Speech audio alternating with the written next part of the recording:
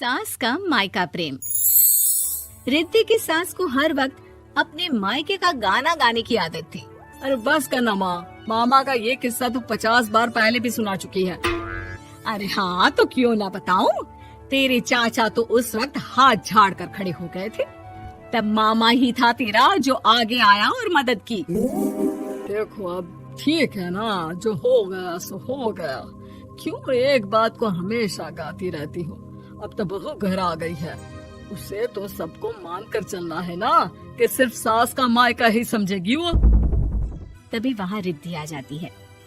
माँ, आज मैं घर जा सकती हूँ? माँ को मेरी बहुत याद आ रही है। शादी के बाद एक बार भी नहीं गई। हाँ तो कौन जाता है। अरे मेरी शादी के बाद जब मैं विदाई होकर आई, इतना बड़ा ससुराल मेरा, खाने वाले 10 लोग और बनाने वाली मैं सिर्फ एक। ऐसा लग रहा था जैसे सिर्फ खाना बनाने के लिए ही ब्याह किया है। वो तो मेरा भाई था, गांव से एक काम करने वाली चाची को भेज दिया जो मेरा हाथ पटाती थी, और उसको पैसा, खाना, कपड़ा, रहने के लिए कमरा, वो सब किससे दिया था? तुम्हारे भाई ने। ये मामला रोज का था। ससुर भी जब गुस्सा होते तो वो सारी बात कह देते जो उनके मन में इतने समय से चल रही थी। मेरा भाई, भाभी, भतीजा, भतीजी सब छुड़वा दिया। मैंने जीवन भर सिर्फ तुम्हारे परिवार वालों से निभाया, लेकिन अब भी चैन नहीं है तुमको। बहू के सामने सास को लगा कि उसकी बेइज्जती हो रही है। अब सुन बहू, अपने कमरे में जा, कहीं नहीं जाना मायके वायके। घर का काम कौन करेगा? पड़ोसन। बहू समझ जाती है मामला गर्म चल रहा है। कमरे में जाने में ही भलाई है। कमरे में क्या है? तुम्हारी माँ हर वक्त चिक चिक चिक करती रहती है। कल ताई मिली थी तुम्हारी मुझे, लेकिन मजाल है सासू माँ की उन्होंने एक बुराई की हो, लेकिन सासू माँ हाँ, जब देखो तब ससुराल के लोगों की बुराई करती रहती है। बेचारे पापा जी कितना मिस करते हैं अपने घर वालों को। मेरा तो बड़ा मन करता है कि ताऊ जी, चाचा जी और सब मिलकर रहे, ना साथ रहे लेकिन आना जाना तो ठीक से रखे। हिंदुस्तान और पाकिस्तान एक हो सकता है, लेकिन चाचा और ताऊ के परिवार के साथ हम लोगों का मिलन ना जी ना, कभी नहीं हो सकता। ये बात है। देखिए मेरे साथ ना ज्यादा चैलेंज मत करिएगा। ऐसा कोई काम नहीं है जो मैं नहीं कर सकती। ससुर जी जो कि बहू की बात सुन रहे थे सामने आ जाते हैं। अरे बेटा, तू ये कर सकती है तो प्लीज मेरा परिवार किसी तरह मुझसे मिलवा दे। सारी जवानी तो मैंने किसी तरह काट ली, लेकिन जीवन के इस पड़ाव पर बहुत याद आती है मेरे परिवार की। हाँ हाँ पिताजी, आप चिंता मत करिए, बस मेरा साथ देते रहिए आप दोनों। फिर देखिए कैसे माँ जी भी ठीक हो जाएंगी और पूरा परिवार भी एक हो जाएगा।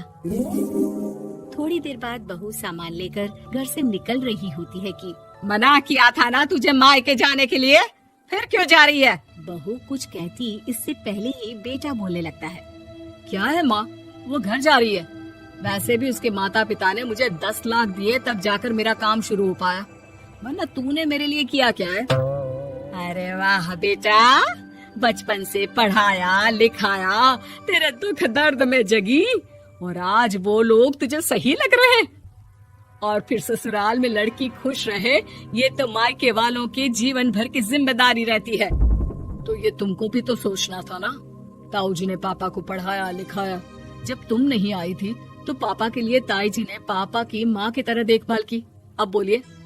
अरे तू कुछ नहीं जानता बेटा, तेरे पापा को सब पता है, तभी वो उन लोगों से वास्ता नहीं रखते। मैं उन लोगों को जानता हूँ, लेकिन मैं तुम्हें नहीं जानता कि तुम्हारे मन के लायक काम नहीं हुआ तो तुम घर की शांति बर्बाद कर दोगी। सास जोर जोर से चिल्लाने लगती है। तभी वहाँ सास का भाई आ जाता है। अरे क्यों आप लोग मेरी बहन को परेशान करते रहते हैं? पहले ये जीजा कम थे, जब बहू भी आ गई। बहन, मैंने तो 30 साल पहले ही बोला था, अपना हिस्सा ले और छोड़ इन लोगों को, चल अपने साथ। बहू समझ जाती है कि मामा ससुर की नजर किस पर है। देखा, तुम लोग मुझे अकेला मत समझना, मेरा भाई खड़ा है आज भी मेरे लिए। बहू मायके जाती है और आते वक्त साथ में एक नौकरानी ले आती है। अरे बहू, कुछ खाने को दे दे। अरे आंटी, क्यों भाभी को परेशान करती रहती हो? उनके भाई ने मुझे जिम्मेदारी दी है, किसी भी चीज की परेशानी नहीं होनी चाहिए भाभी को। जो चाहिए मुझे बोलने का। आय हाय, बहू के मायके वालों का इतना दखल।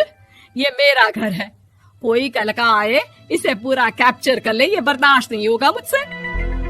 क्या हो गया सासू माँ, क्यों सुबह सुबह चिल्ला रही हैं? चमेली, ओ चमेली, क्या कहा था मेरे भाई ने तुझे? अरे दीदी बहुत तेज है आपकी सासू माँ, मैंने तो बोला कुछ चाहिए तो मांग लो मुझसे। अरे निकल यहाँ से, घर को रेलवे स्टेशन बना रखा है, जो देखो वो घुमा जा रहा है यहाँ से वहाँ। ये कहीं नहीं जाएगी, ये जाएगी तो घर का काम कौन करेगा? मैं। हाँ, और क्या करती हैं बहुएं? घर का काम ही तो करती हैं, इसमें नया क्या है?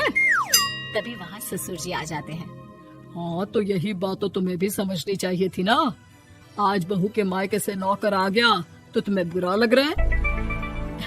अरे तो उस वक्त गर्मा गर्म खाना तो सबने खाया ना।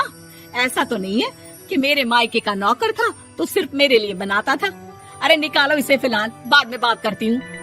सास का गुस्सा जोर से नौकरानी पर फूटता है। तभी वहाँ बेटा सामान के साथ आकर खड़ा हो जाता है। चलो रिद्धि, तुम ठीक बोलती हो।